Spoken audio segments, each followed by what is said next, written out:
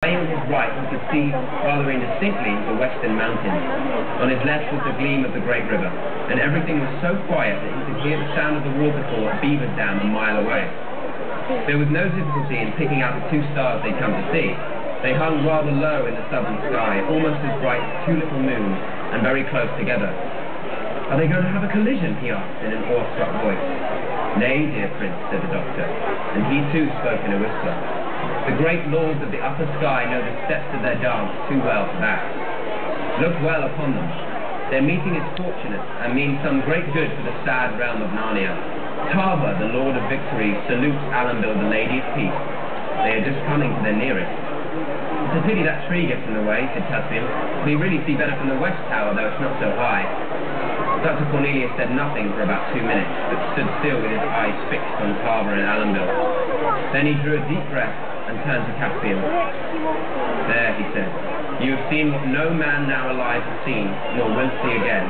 And you're right, we should have seen it even better from the smaller tower. I brought you here for another reason." Caspian looked up at him, but the doctor's hood concealed most of his face.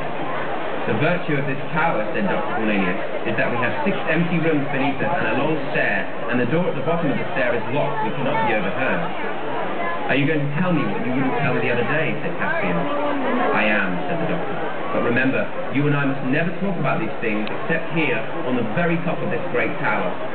"No, that's a promise," said Caspian. "Do go on, please." "Listen," said the doctor. "All you've heard about old Narnia is true. It is not the land of men. It is the country of Aslan, the country of the walking trees and visible naiads, of thorns and satyrs, of dwarves and giants, of the gods and the centaurs, of talking beasts. It was against these that the first Caspian fought. It is you Telmarines who silenced the beasts and the trees and the fountains, then who killed and drove away the dwarves and fauns, and are now trying to cover up even the memory of them. The king does not allow them to be spoken of." "Oh, I do wish we hadn't," said Caspian, "and I am glad it was all true, even if it is all over." "Many of your race wish that in secret," said Dr. Cornelius. "But doctor," said Caspian, "why do you say my race? After all, I suppose you're a Telmarine too." "Am I?" said the doctor. "Well, you're a man anyway," said Caspian. "Am I?"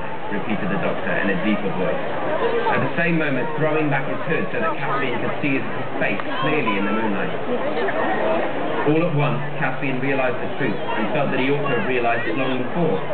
Dr. Cornelius was so small, and so fat, and had such a very long beard. 2 thoughts come into his head at the same moment. One was a thought of terror. "He's not a real man, not a man at all, he's a dwarf, and he's brought me up here to kill me." The other was sheer delight. "There are real dwarves still, and I've seen one at last." "So you guessed it in the end," said Dr. Cornelius. "Or guessed it nearly right. I'm not pure dwarf. I have a human blood in me too. Many dwarves escaped in the great battles and lived on, shaving their beards and wearing high-heeled shoes and pretending to be men. They've mixed with your Telmarines. I am one of those, only a half-dwarf. And if any of my kindred, the true dwarves, are still alive anywhere in the world, doubtless they would despise me and call me a traitor. But never in all these years have we forgotten our own people and all the other happy creatures of Narnia and the long-lost days of freedom." I'm sorry, Doctor," said Caspian. It wasn't my fault, you know." "I'm not saying these things in blame of you, dear Prince," asked the doctor. "You may well ask why I say them at all, but I have 2 reasons.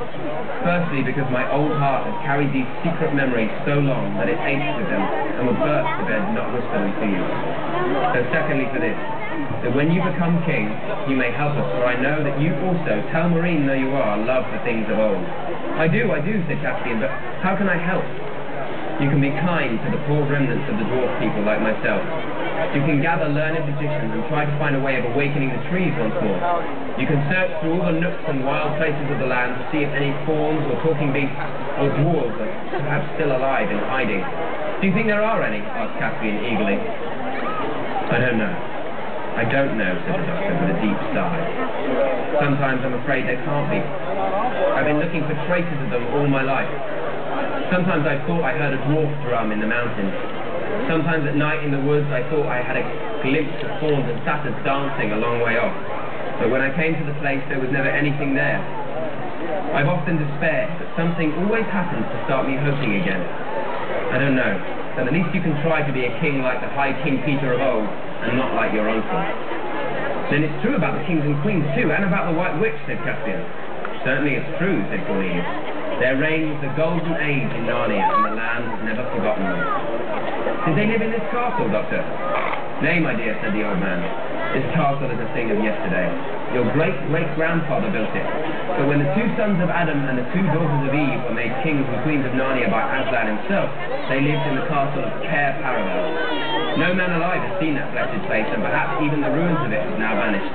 But we believe it was far from here, down at the mouth of the great river on the very shore of the sea. Ugh, said Caspian with a shudder. Do you mean in the Black Woods, where all the ghosts live?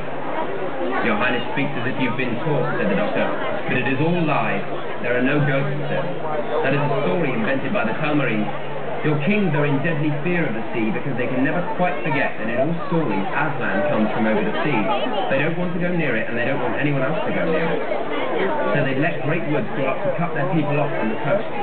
But because they've quarrelled with the trees, they're afraid of the woods. And because they're afraid of the woods, they imagine that they're full of ghosts. And the kings and great men, hating both the sea and the woods, partly believe these stories and partly encourage them. They feel safer if no one in Narnia dares to go down to the coast and look out to the sea, towards Aslan's land and the morning and the eastern end of the world. There was a deep silence between them for a few minutes. Then Dr. Cornelius said, "Come, we've been here long enough. It's time to go down and to bed." "Must we?" said Caspian. "I'd like to go on talking about these things for hours and hours and hours." "Someone might begin looking for us if we did that," said Dr. Cornelius.